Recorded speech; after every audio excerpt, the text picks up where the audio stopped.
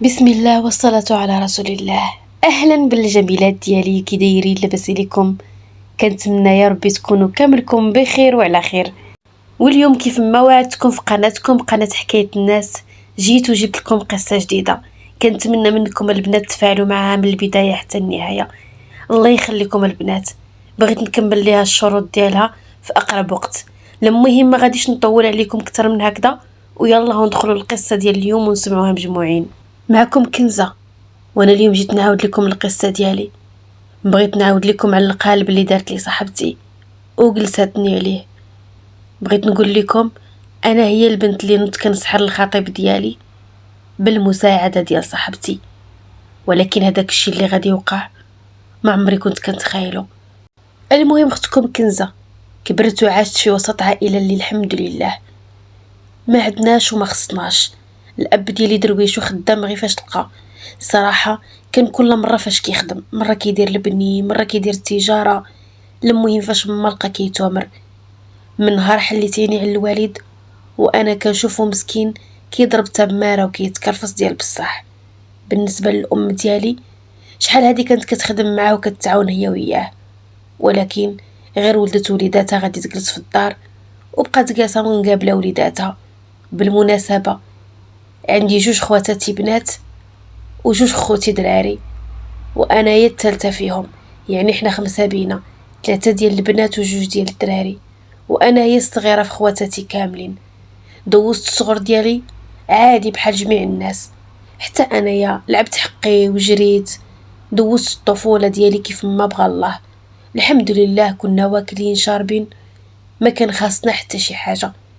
القصه ديالي البنات ما غادي تبدا حتى بديت كنكبر، وتقريبا ملي طلعت الاولى اعدادي. فهاد السنه هادي بالضبط غادي نتعرف على الصديقه ديالي اللي عندها جزء كبير في هاد القصه. صاحبتي كانت هي الصديقه والاخت العزيزه على قلبي، كانت قريبه مني. كنت كنقراو انا وياها في نفس الكلاسي، كانت عزيزه عليا وكنت كنبغيها لواحد الدرجه اللي ما تصوروهاش. كنت كنحس بها هي اختي من دمي ولحمي. التعامل ديالها معايا كان كيبين لي بلي انا عزيزه عليها وبلي هي كتبغيني.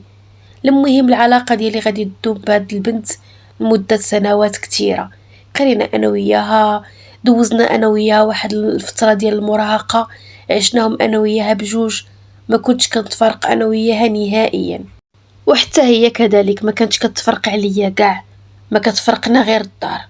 المهم نهار كامل كندوزو انا وياها، حتى ملي ما كتكونش عندنا القرايه كتجي عندي للدار ديالي وانا كنمشي عندها للدار ديالهم.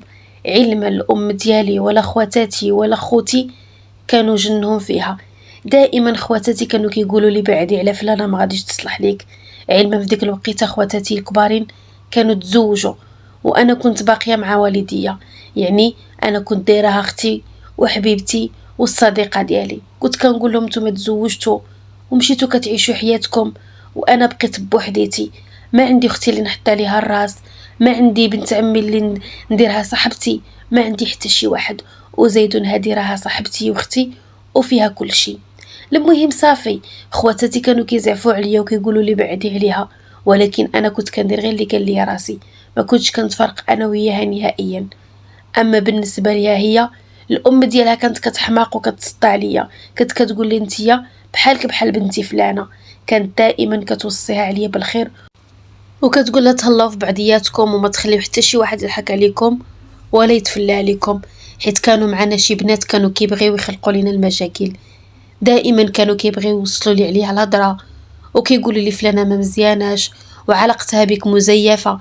وكذلك انا كيمشيو عندها حتى هي وكيقولوا لها عليا نفس الهضره، كيقولوا لها كنزه ما مزياناش وقلبها كحل وما كتبغي لكش الخير وهادي وهادي. المهم كانوا باغيين يفرقونا، وواحد الوقيته كنا تخاصمنا انا وياها. شحال وانا وياها ما كنهضروش، ولكن من بعد ما بقينا كنبحثوا في الموضوع غادي نلقاو بلي البنات هما اللي جايبين لنا الهضره بالمقلوب. ثم صافي ما بقيناش كنديو الهضره ديال البنات، وحاولت انا وياها ما نتفارقوش كاع وما ندابزوش كاع وما نخليوش البنات يضحكوا علينا. فعلا غادي تدوم العلاقه ديالي معها بحال هكا حتى طلعنا للباك. حتى لهنا والامور ديالنا كلها كانت مزيانه. ملي طلعنا للباك انا ديك العام غادي نتزير وغادي نقرا مزيان، زيرت راسي وغادي نرجع كنراجع اكثر من الاول. علاقتي بصاحبتي هنايا غادي نخافض شي شويه، حيت خوتي والاب ديالي كانوا مزيرين عليا وكانوا كيقولوا لي ضروري ما تاخدي الباك ديالك باي طريقه. ايوا انايا غادي نزير راسي وغادي نتزير في الدراسه. اما صاحبتي ما كانش على بالها القرايه وما كانتش متسوقه تنجح ولا تسقط. ملي كانت كتجي عندي كنت كنقول لها شوفي فلانه، انا راه عندي المراجعه وخاصني نحفظ، وراكي عارفه هذا الباك ماشي اللعب، خصني ندارك الموقف ديالي وخاصني نقرا. وكنت كنقولها من الاحسن اجي نراجع انا وياك. هي كانت كتقول لي لا انايا صراحه ما فيا اللي يحفظ، دابا راسي ضرني. زيد عليها كانت دايره علاقه مع واحد الولد وكانت ملهيه معاه، وكانت كتقيل هي وياه متجمعين، يعني ما على بالهاش بالدراسه ديالها.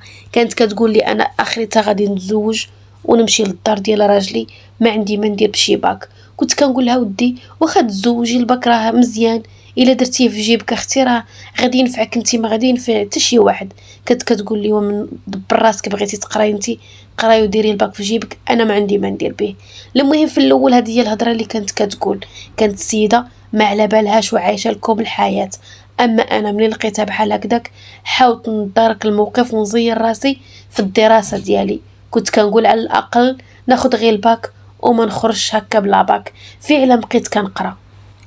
وجهد اللي دوزنا الدوره الاولى ديال الباك انا غادي ننجح وهي ما نجحاتش. كان جبت واحد النقطه اللي ناقصه بزاف، والام ديالها ملي عرفتني بلي انايا جبت نقطه زوينه وبنتها جابت واحد النقطه اللي ما مزياناش خاصمت عليها ودارت فيها. زيد عليها السيده ديك الولد اللي كانت كتعرف غادي يسمح فيها وما بقاش عاقل عليها، مشى بدلها بواحد البنت اخرى. هي بقات غير كتبكي وكنت كتقول لي انايا خرجت لا قرايه لا فلان لا والو، السيد سمح فيا. كنت كنقول لها شوفي يا فلانه كاع ما تبقاي تعمري راسك بديك الهضره ديال الدراري، ديها في القرايه ديالك، دابا راه حنا كنقراو وهاد العام عندك الباكا صاحبتي. زيري راسك وبعدي عليك من ديك الضحك وديك التفليه ديال البنات، راه ما غاديش تخدم معاك.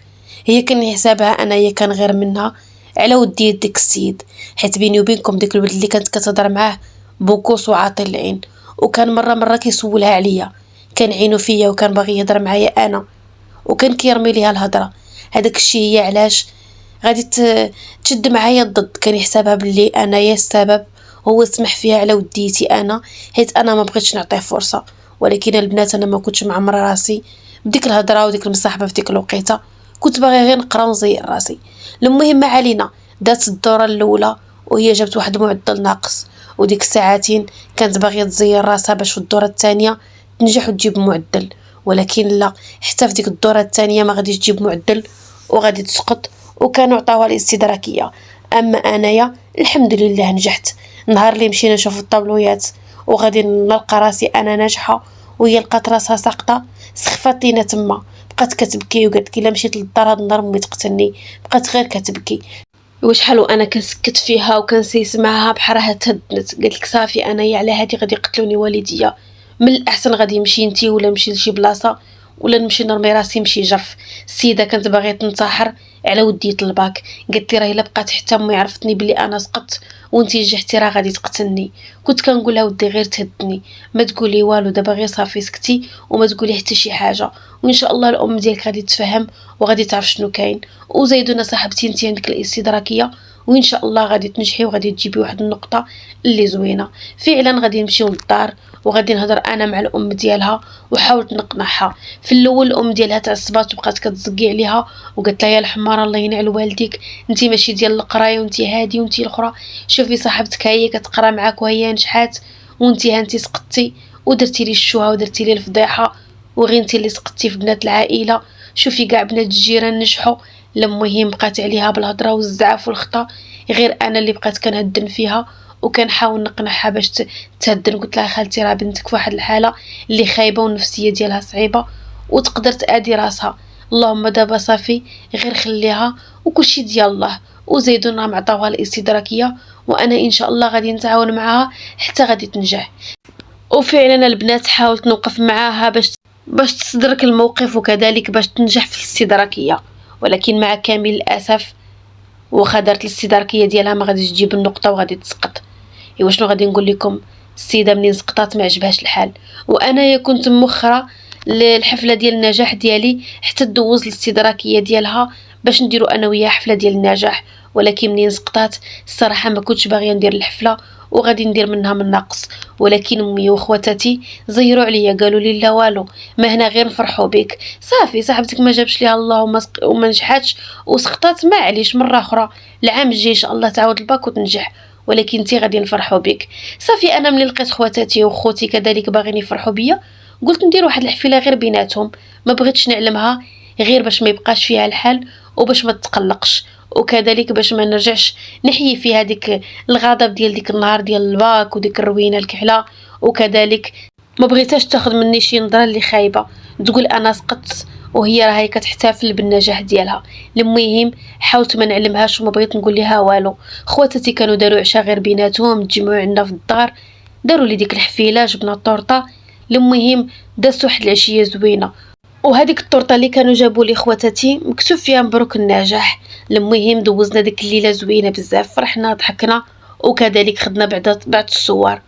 اختي الكبيره كانت صورات وصورات هذيك الطورطه وصورتني معاها وغادي تحطها في البروفيل ديال الواتساب ديالها.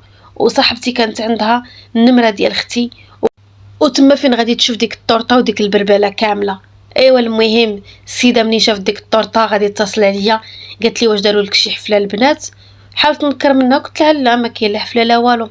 قالت لي ولكن شفت اختك حاطه واحد الطورطه مكتوبه فيها مبروك النجاح وفيها الاسم ديالك، وزيدوا رشت واحد التصويره كذلك حطها في الواتساب. بقيت غير كنشوف، جيت نكذب عليها خافت غادي تفرشني، جيت نقول لها الصراحه خافت تقلق مني. قلت لها لا هو ماشي شي حاجه، غير خوتي كانوا حقا جابوا لي ديك الطورطه وفرقناها بيناتنا وصافي. المهم ما بغيتش نبين ليها، ولكن هي فهمات وعرفت غير داك الشيء اللي كانت هي باغيه تعرفه. يعني بالها انا درت حفله كبيره وعيطت على البنات وجمعتهم، درت الشطح والرديح.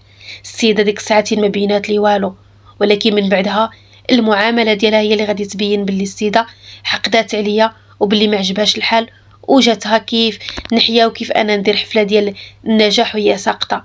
المهم كانت باغياني حتى انا نحزن وما نفرحش بالباك ديالي، وانا الصراحه ما درت شي حاجه اللي كبيره، راه كنقسم لكم بالله راه غير خواتاتي هما اللي قدموني. الحاصل وما فيه هاد الصديقه ديالي من تما غادي تحقد عليا ورجعت كتعامل معايا واحد المعامله اللي ناقصه. انا كنت كندير ما في الجهد ديالي زعما باش نقنعها وباش نرجعوا انا ويا ديك العلاقه ديالنا ديال زمان، ولكن هي كانت كتشوف فيا غير بطرف العين. شي 3 ديال الاسابيع وانا كنصوني عليها وهي كتبدل النمره، ما كتبغيش كاع تجاوبني. الوقيته اللي كنصوني كنلقى النمره ديالها طافيه. المهم دوزنا قريب شهرين وانا وياها ما كنهضروش وما كنتلاقاوش. من بعدها غادي نلقاها رجعت كتهضر معايا عادي، قالت لي عافاك سمحي ليا، وانا حقا كانت النفسيه ديالي مدمره وراكي عارفه الام ديالي. وجاتني كيف نحيا وكيف انت غادي تطلعي للجامعه وانا ما غاديش نقرا معاك الجامعه وغادي نبقى في الباك وهادي. المهم بزاف ديال الحوايج.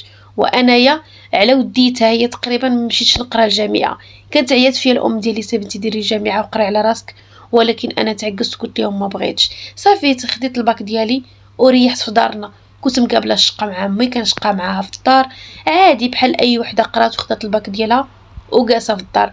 ضربت واحد المده ديال عام وغادي نوض نقلب على خدمه، كنت باغيه ندير شي حاجه هكا نخدم بها غير بالباك ديالي وغير بالمستوى اللي عندي، ولكن ما لقيتش. الغالب الله عييت نسول وعييت نقلب والو.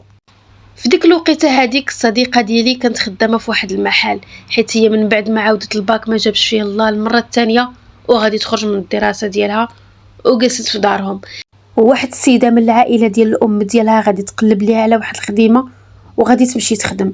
وملي كانت خدمات غادي ترجع كتواصل معايا وكانت جات قالت لي الا بغيتي تخدمي انا نقلب لك على خدمه وما تبقايش جالسه. فعلا انا غادي نوافق وقبلت، مشيت كنخدم انا وياها. وبصراحه ديك الخدمه خدمتها غير فوق النفس ديال الوالدين ديالي، ما كانوش باغيني نخدم ولا نتكرفس. قالوا لي جلسي كولي وشربي وارتاحي حتى تبان لك شي وظيفه ولا شي خدمه بالباك ديالك وديك الساعتين سيري تخدميها. ولكن انا ما بغيتش، قلت لهم ما غاديش نبقى نتسنى الوظيفه انايا حياتي كامله، على الاقل نديباني وندور الناعوره ونهز حتى راسي بها، ما كنلقاش باش نمشي حتى للحمام. المهم ما علينا، مشيت انا وصاحبتي وحطيت عليها الراس وغادي نخدم انا وياها. بديت انا وياها كنمشيو الخدمه بجوج وكنجيو بجوج، كنا دايرين انا وياها الصحبه وغادي نبقاو على حالنا بحال هكا. دازت المده ديال 3 شهور وانا نتعرف على واحد السيد. هاد السيد كان تعرف عليه غير بالصدفه، شافني شفتو عجبني وكان طلب لي النمره ديال التليفون ديالي، وانا منين شفت راسي عجبني وكذلك بان لي انسان ولد الناس وظريف، قلت نعطيه الرقم ديال التليفون ديالي، عطيته النمره ديالي للبنات. وهذا الشيء كامل كان بالخبر ديال الصديقه ديالي، حيت ملي كنت كنمشيو انا وياه كيبقى تابعنا بجوج بينا، وكانت عارفه باللي هو تابعني وباغيني نهضر معاه. هي في الاول كانت كتعكس ليا كتقول لي ما تشديش عليه النمره وما عندك ما ديري به وباينه فيه ما مزيانش، ولكن انايا حسيت بقلبي كيدق ليه وبحال اللي عجبني، وكيف ما كيقولوا القلب ما كيشاور، غادي نقبط النمره ديالي وغادي نعطيها له. وبقيت انا وياه كنهضروا. في الاول الهضره ديالنا كانت عاديه، هضره كتجيب اختها هضره كتجيب اختها. السيد كان كيعرفني براسو وانا كذلك. المهم العلاقه ديالي معاه كانت جد عاديه. وفي هذيك الوقيته نيت الصديقه ديالي غادي يجيو فيها شي خطاب، كان خطبها واحد العسكري. الصراحه انا منين سمعت بلي جاو فيها الخطاب طرت بالفرحه ليها، فرحت ليها من كل قلبي، فرحت ليها علما هي ما علمتني حتى بشي حاجه، كانت خبات عليا كاع ديك الموضوع حتى النهار اللي غادي يجيو فيها الناس عندهم للدار عاد غادي تقولها لي. وقالت لي احقا كل شيء جا على غفله. قلت لها كيفاش؟ قالت لي انا هاد السيد ما كنعرفو ما والو، غير شي ناس من العائله ديال الوالد هما اللي غادي يتوسطوا لينا معاهم وصافي، انا راه ما عندي بيه حتى شي علاقه. المهم السيده نكرات وما قالت لي حتى شي حاجه حتى للدقيقه 90 عاد غادي تجي وتقول لي فلانه اجي نقول لك ها ما كاين ها ما كاين غدا جايين فيا الخطاب. انا منين قالت لي بحال هكذاك تصدمت، ولكن في نفس الوقت فرحت ليها من كل قلبي. صافي فرحت ليها وكانت عرضات عليا الخطوبه ديالها، ولكن انايا ما خلاونيش خوتي وما خلانيش الاب ديالي. قال لي الوالد دابا هذه غير هضره وما يمكنش انت تمشي تحضري الهضره قدامهم، صافي دعي لها بالتسخير الله يسهل عليها، ومنين دير العرس ديك الساعتين ولا دير ملاك سيري حضري معاها. فعلا انا ما مشيتش، وكانت صاحبتي هي اللي عاودت لي شنو دازت ديك النهار ديال الخطوبه. جابوا لهم الناس خطوبه من طقطق حتى السلام عليكم. السيده جابوا لها ملاك كبير وانايا كتقول لي يلا هضره بسيطه وصافي. وهاد الهضره غادي يقولوها لي حتى شي بنات الجيران كانوا كيسكنوا حداهم هما اللي قالوا لي دارت الملاك كبير، وانا كانت قالت لي راه غير هضره عاديه وصافي. الصراحه هنا حسيت بها كتخبي عليا كتكذب عليا في شي حوايج، ولكن ما ديت ما جبت، قلت معليش الله يسخر ليها. وزيدون بنادم اللي كيستر راسو راه ربي كيسخر له في الامور ديالو. ما ديت ما جبت وما قلت لها حتى شي حاجه، ما غضبت عليها ما والو، بالعكس فرحت ليها. صافي هي ملي كانت تخطبات غادي تجلس في دارهم ما بقاتش خدامه. اما بالنسبه لي انا بقيت خدامه الخدمه ديالي عادي، كنت كنمشي للخدمه كنرجع للدار ديالي في نفس الوقت كنهضر مع ديك السيد. المهم العلاقه ديالي معاه كانت مزيانه بزاف، ما ضربناش حتى شهر البنات. والسيده غادي تعيط ليا وغادي تقول لي راني كنجمع الوثائق ديالي راني غادي نضرب لك غادي نعقد. قلت لها ايوا مزيان الله يسخر. السيده جمعت راسها وعقدات. انا منين عرفتها عقدات غادي نهز الام ديالي وغادي ندي ليها واحد الكادو وغادي يمشي عندها حتى للدار. باركت ليها. ملي كنت كنهضر معاها كنت كنحس بالهضره ديالها ثقيله، كنت كنقول لها فلانه ما بقيتش كنشوفك، وكذلك كنحاول نهضر معاك في التليفون كنلقى خط عندك مشغول. قالت لي وحقا راه الزوج ديالي منع عليا نهز التليفون بزاف، وقال لي بعدي عليك على البنات وبعدي لك على الصحابات. ولكن انا قلت راه عندي صاحبتي وحده مقطره لي من عينيا بحال اختي عزيزه عليا ما نقدرش نتخلى عليها. المهم السيده كتهضر بواحد الطريقه تحلفوا عليها يا البنات، شرات مكناس كامله وزادت معاه فاس. التعامل ديالها معايا تبدل. السيده رجعت كتكبر عليا ورجعت كتعامل بواحد المعامله اللي سطحيه، وانا هادشي كامل وما انتبهتلوش، كان كيجيب لي الله عادي، وكنت كنعتقد باللي هي غير فرحانه وصافي لا اقل ولا اكثر. المهم وباختصار الصديقه المقربه ديالي غادي تزوج، دات ديك السيد وغادي دير واحد سيدي مولاي عرس مطرطق، وانا ما غادي تعرض لي حتى الاخر. عرضت للنص ديال صحاباتها وانا هي الاخرى عاد فكرتني، ومن فكرتني معطله انا تقلقت وبقى فيا الحال وبكيت بالدموع. وكاع والديا ولا خواتاتي قالوا لي شح فيك انت اللي كنتي لاصقه فيها، ايوا هي تزوجات ومشات دارها وانت اش شديتي حتى من العرس هي عرضت لك متاخره. انا واخا هكاك ما كانش كيعجبني الحال يهضروا لي عليها خايب، قلت لي معليش دبر راسها هذيك صاحبتي ولا ربما غير تقلقات وهذه، ولكن في خاطري كنت هزه منها وبكيت بالدموع. وهي ملي عرفتني بلي انا مقلقه غادي تجي عندي حتى للدار وبقات كتبكي وكتعنق فيا وقالت لي حق ربي العبود الا نسيتكم وما بقيتيش بالي، وزايد انت راكي اختي وصاحبتي، كان عليك تجي عندي بلا ما نعرض عليك. رجعت اللومه فيا حتى بديت كنلوم راسي وكنقول ويلي انا شنو درت، ياك انا كنت موعداها وهي كانت موعداني باش الا تزوجت شي وحده فينا وسبقت شي وحده فينا هي الاولى، الثانيه غادي تكون هي الوزيره ديالها وما تخلاش عليها سوا بالعرضه ولا بالعرضه. المهم بديت كنلوم راسي وما نعاودش ليكم. المهم رجعت لعب كله فيا وغادي نعس الشيطان وغادي نوض ونلبس ونتقاد ونمشي نحضر العرس ديالها. دوزت العرس ديالها البنات من الاول حتى للتالي، فرحت معاها ونشدت معاها وسقت مع الصديقه ديالي حتى مشات للدار الزوجيه ديالها. وفي ديك الوقيته انا كنت مازال كنهضر مع ديك السيد، العلاقه ديالي به كانت زوينه بزاف، كان كيقول لي صبري عليا غير نقاد بعض الامور وديك الساعتين غادي نجمع راسي وغادي نجي نخطبك. كنت كنقول ليه صافي ماشي مشكل. فعلا غادي تدوز المده ديال 6 شهور ومن بعدها غادي يجيب والديه وغادي يجي يخطب فيا. هذيك الوقيته ديال 6 شهور الصديقه ديالي هضرت معايا شي 2 ديال المرات ولا 3 صافي ما عيطت لي عاوتاني حتى سمعتني بلي انا غادي نتخطب. عيطت لي وباركت ليا وقالت لي عرفتي يا فلانه الزواج راه ما في يدوش، انا راني تزوجت وندمت. قلت لها علاش؟ قالت لي السيد ما باين ليش فيه، السيد ولد ميمتو وتابع غير الهضره ديال والديه وانا راه ما عجبنيش هذا الشيء ديالهم. كنت كنقول لها معليش وغير صبري، هو كيبغيك وباينه فيه ولد الناس وما غاديش يضيع لك خاطرك. المهم بديت انا وياها كنهضروا وكنت عاودت ليها على الخطوبه ديالي وعاودت ليها على التفاصيل، عاودت ليها كل شيء. كانت قالت لي ايوا فوقاش غادي تزوجي، فوقاش عندكم العرس؟ قلت لها راه قال لي فلان حتى يكمل الدار ديالو. قالت لي ولي هو عنده الدار ديالو؟ قلت لها ويلي ما قلت لكش. قالت لي لا بالعمى. قلت لها راه شرا الدار. قالت لي ويا انتي لك وسعداتك يا اختي، هي غادي تمشي لدارك بوحديتك. قلت لها وداك الشيء علاش انا مأخره العرس. قلت اللهم نبقى مخطوبه هذا العام ولا عام ونص على ما نقادو راسنا ومن بعد ما يجمع دارو ويقاد المسائل ديالو ديك الساعه ندير العرس ونمشي لداري. قالت لي ومزيان، من الاحسن الراجل هو اللي تكون عنده دارو، اما باش تعيشي مع والديه ما نصحكش، انا هما مدوزين عليا العذاب. المهم السيده غادي يبقى بيني وبينها تواصل، رجعت كتشكي لي من الاهل ديال راجلها، رجعت كتعاود لي باللي ناسها حاقرينها وما مزينينش معاها. وانا البنات كانت كتبقى فيا الصديقه ديالي كنت كنحسف ليها وفي نفس الوقت كنت كنصبرها وكنقول لها معليش غير صبري دابا ربي قاد الامور. راه حتى خواتاتي اللي مزوجين كانوا عايشين نفس الظروف ولكن في الاخر ربي كيحن. دابا تقاد الوضعيه وغادي يجي يولي هادشي غير تعاود. صافي البنات كيف ما قلت لكم رجع بيني وبينها تواصل دائما، كنعاود لها على الخطيب ديالي، كنعاود لها على حياتي الشخصيه وهي كذلك.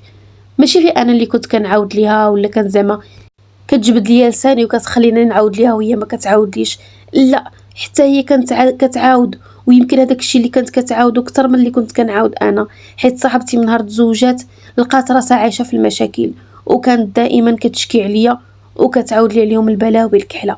المهم غير بقينا بحال هكا.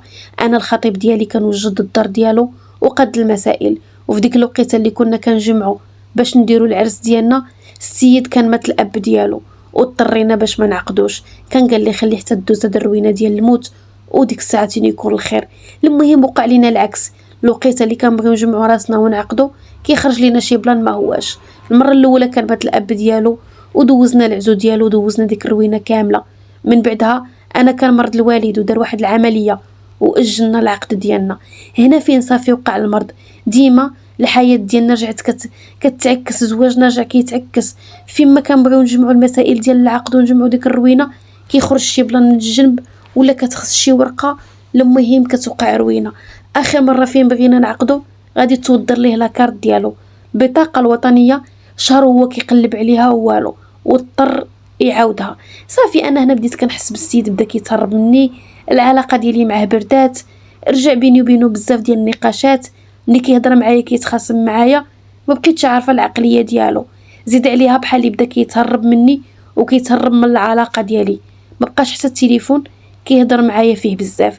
وفي هذيك الوقيته كنكمل الدار ديالو وقد كل شيء، بدا كيدخل الفراش الجديد للدار. المهم قد حياته. ونقول لكم يا البنات هاد السيد في الاول كان داير لي بحال النقطه ديال العسل، كان كيتعامل معايا بواحد المعامله اللي ما بحالهاش وكان كيبغيني وكيحمق وكيتسطى عليا، وهذا الشيء كامل هو اللي كان كيقولوا لي. كانت الدقيقه ما كدوش عليه وما يعيطليش فيها 3 و4 المرات في الدقيقه. كان دائما بينه وبينه تواصل. شحال من ليله كندير ليه كيتفدني وكنبقى كنهضر انا وياه حتى كيديني النعاس.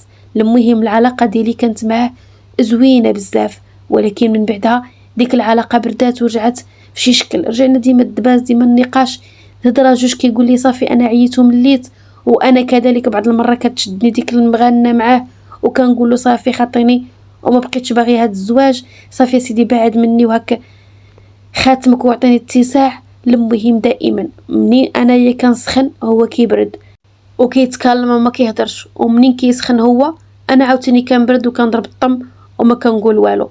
المهم رجعت العلاقه ديالي معاه خايبه. رجعت كنشكي على صاحبتي وكنقول لها ويلي صاحبتي انا ما عرفتش كيفاش غادي ندير. هاد السيد هو بدا كيخرج في العيب من دابا. كانت كتقول لي لا وهذا راه كيبغيك وما فيه حتى شي عيب وانت هي اللي مقلقه وهادي. ملي كنت كنقول لها راه تعطل علينا. والاب ديالي راه ديما كيقول لي فر هاد السيد علاش ما جمعش راسو، علاش ما يجيش يدير العرس ديالو ويديك معاه. هاد الخطوبه طولات. صاحبتي كانت كتقول لي وراه عنده الصح، الهضره ديال باك على صواب، راه ما قال لك غير الصح. حتى الخطوبه ملي كتطول كتبسالو ما كتبقاش زوينه، وزيدون الدنيا هادي لا ثقه في عتيقه وكتبقى كتطول فيها. ملي كنت كنقولها بحالاش كانت كتقول لي وما تعرفي واش هاد الزواج يكمل ولا ما يكملش، وراه غادي يدير فيك غير الضحك ديال الناس. صاحبتي هادي شحال وانتي مخطوبه ودابا في الاخر يقولك صافي فلان سمح في فلانه. وما نكذبش عليكم انايا كنت كنبغي الخطيب ديالي وكنحماق عليه وكنت باغيه نتزوج به وباغيه نكمل في ديك الخطوبه ديالي ونديروا العقد ونديروا العرس ديالنا. هنا صاحبتي بدات كتوسوس ليا البنات وغادي تقول لي عرفتي شنو نقول لك. قلت لها شنو؟ قالت لي ما عليك غير تمشي ديري السبوب عند الفقيه، ربما الا عندكم شي عكس يحيدوا. قلت لها بحالاش؟ قالت لي ويلي ما قلتلكش. قلت لها ما قلتيليش شنو؟ قالت لي انا راه العدوزه ديالي كانت حاطه عليا الصباح وعشيه، وكذلك لويساتي، وعلاقتي مع راجلي كانت بارده، ولكن واحد الفقيه الله يعمرها سلعه دار لي غير السبوب، دار لي غير المحبه. قلت لها ويلي صاحبتي دابا بغيتيني نوض نسحر ليه؟ قالت لي اويلي شكون اللي قالك السحور؟ واش انا ذكرت السحور؟ انا راه قلت لك ديري غير السبوب، هذا راه ماشي سحور. واش انت غادي تادي شي واحد؟ قالت لي انت راكي غادي تصلحي العلاقه ديالك مع الخطيب ديالك، ما كاين حتى شي حاجه. قالت لي ها انا درت المحبه بيني وبين راجلي وبين عديزاتي ودابا علاقتنا زوينه، هما كيبغيوني وانا كنموت عليهم. واش وقعت لينا شي حاجه؟ راه ما درت والو، غير المحبه والله يسمح لي. المهم صاحبتي غادي تولي بحال ديك اللفعه وغادي تبقى كدور بيا. بقات كدور بيا من هنا من لهيه من هنا من لهيه.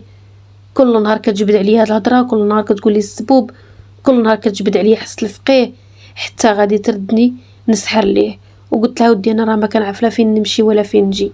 قالت لي كون كانيه جيبي لي غير الصبيره ديالو وشوفي كيفاش ديري، تجيبي لي الزطمه ديالو واعطيني الفلوس وانا غادي نتكلف.